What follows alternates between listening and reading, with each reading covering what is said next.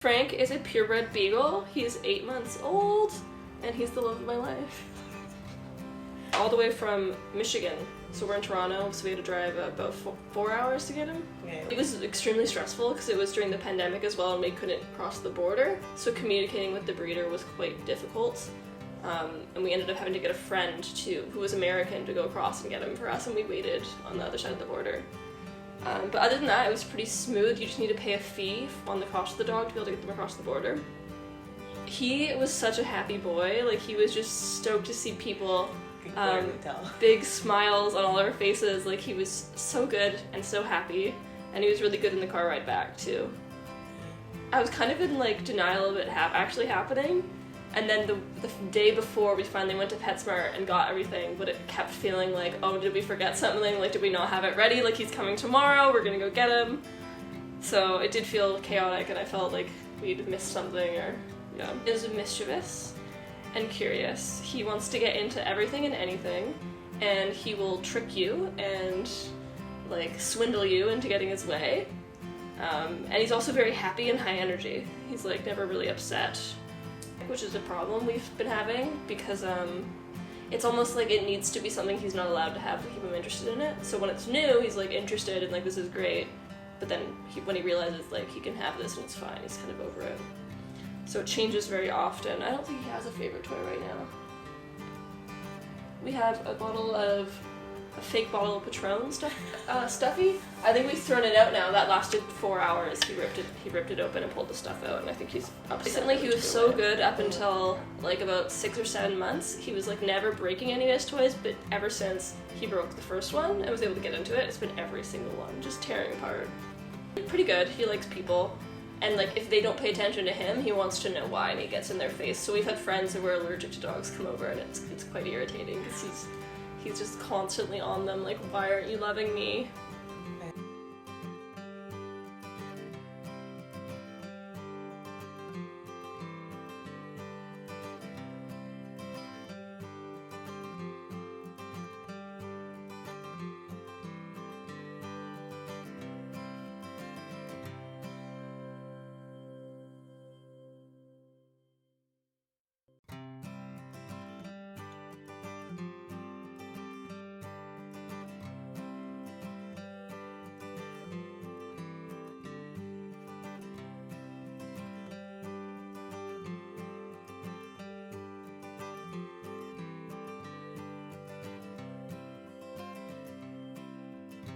On walks, he's got a pretty big problem with tugging on the leash and wanting to just like pick up and stop and eat everything he sees. But it's getting slowly better. We've been trying to take him on more walks so he gets more used to the leash.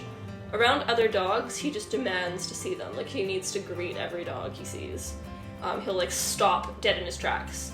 Like, we'll be like meters away from another dog and he'll just stop and wait for it to approach him. Like, he'll be like, no, we're sitting here and that dog's coming to say hi.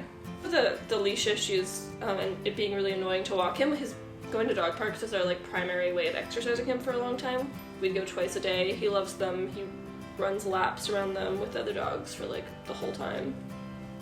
Usually lets us know he's awake with like a little cry around 8 to 9 a.m. depending when he went to bed the night before. And then we get up, we take him for his morning pee and poo, like immediately, and then we come back and we make him breakfast. We've been having to cook all his food recently because we've been having digestive issues, so we had to cook chicken and rice almost every day, but sometimes there's leftovers, so it adds a bit to our day. And then he'll usually like nap on the couch while we get ready. I'll go to work and his dad will take him to the dog park because his dad works nights. So he'll do his first park trip, and then at some point when his dad goes to work, he will be put in the crate, usually for about 4 to 5 hours, and then I come home, grab him immediately, take him to the dog park again, and then we come back, cook him more dinner, and then chill out on the couch. Yeah, we both work. We were working opposite hours, so that when we first got him, so he wasn't really alone, but more and more now it's overlapping, where he usually is alone every day. Well, in the weekdays between 4 to 5 hours, and he'll be crated. And he's pretty good. I think he just naps the whole time. We've never got any complaints from neighbors or anything like that. But he definitely still needs to be crated because he destroys everything if he's left unattended. washroom times are not set at all. So we use the bell. We have a bell on our door. He lets us know when he has to pee. You probably just heard it in the background. He just went. But for like going number 2, we like it's pretty frantic right now. We just need to like take him out and hope for the best. Good behaviors, we give him treats. He's very food driven. Bad behaviors is something we've been having a hard time with because we don't want to use the crate for punishment, but sometimes it gets like so frustrating that you just need to put him away for a moment. I think it's still something we're navigating. Every book we've read is like, you just need to ignore it, but like when he's pissed in your carpet for the 10th time, you're like, is there another alternative? It's really a hard place right now that we're still trying to figure out. We'll go like weeks where he won't have an accident. And then just out of the blue, one day, he'll piss on the floor like 3 times. And there's just no rhyme or reason to it. Like, the bell was there, like he's been taken out, like it just, like, it seems like what's going on, like he's doing it on purpose. We just have to keep moving forward, like taking him out when he rings the bell. Like, we're on a good streak right now. I'm just hoping it'll stick. He gets very ball possessive.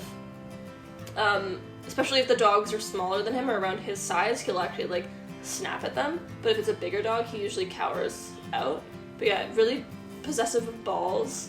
And a little bit of treats. He's gotten into fights with his friend dog before over treats and stuff.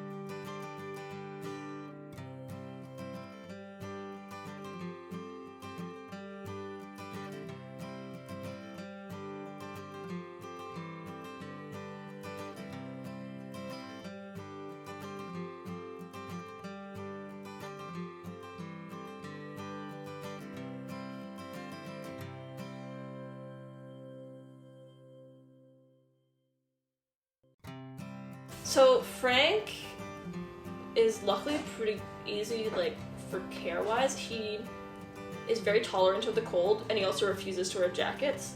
So most of the time we just need to bring him in and wipe him down after the park. Like, that's as simple as it gets. He also has a pretty, like, short coat. So we don't really even need to brush him that often. And yeah, same for the other seasons as well. Like, it hasn't got too hot yet, so I think we don't really need to bring water with us or anything like that yet, but just wiping him down before he gets back in because he gets very muddy.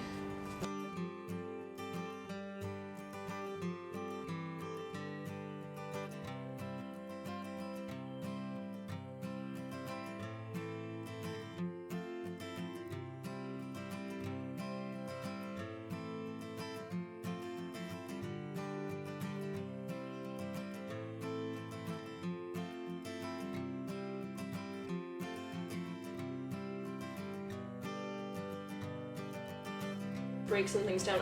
Our insurance is $120.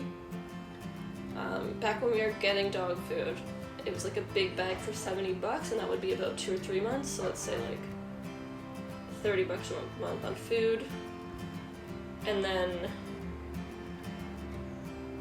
what else? Toys and stuff.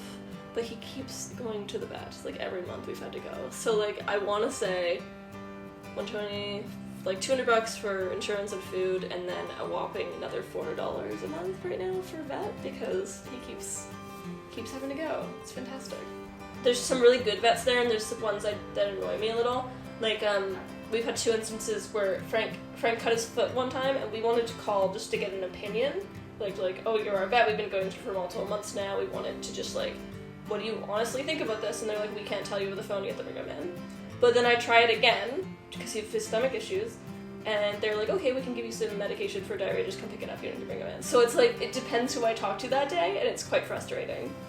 Digestive issues, like he's been on chicken and rice for like a couple weeks now. We tried to put him back to kibble, slowly, like mix it with chicken rice, like half a scoop of kibble and immediately diarrhea again. So we're just trying to cut everything out. We're thinking of maybe putting him on digestive food just for the rest of his life, like the Royal Canin. And then I guess from there we can start trying to put treats back in. But I've just been cutting up chicken, to be honest, and taking that as treats when we have it, because I don't know what's wrong with his guts. It's so frustrating. Know that the first year is the most expensive because of your, like, especially the insurance, because you have to get to your deductible, and there's like a lot of things that puppies need. But like I didn't realize just how frequent it would be, and like the little things. So yes and no. Like I was aware it would be pricey, but in the moments I'm like, what in the world's going on?